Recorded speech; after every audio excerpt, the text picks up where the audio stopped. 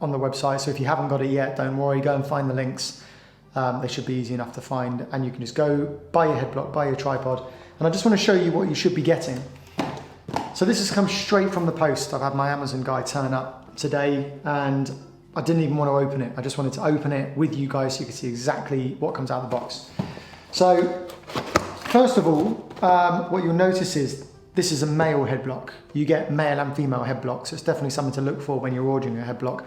Hopefully the link I provide works. I'll do my best to check it to make sure it doesn't get old and expire and head off to a dead site somewhere. But you can get male and female head blocks. The female head blocks, much longer hair, much more sort of feminine hair, I guess. It's quite nice just to have a guy, knowing that you're going to be working on guys eventually. There's two types of male head blocks. One has a big beard, the other one doesn't. Now, there's loads and loads of head blocks with beards. It's a bit harder to find the ones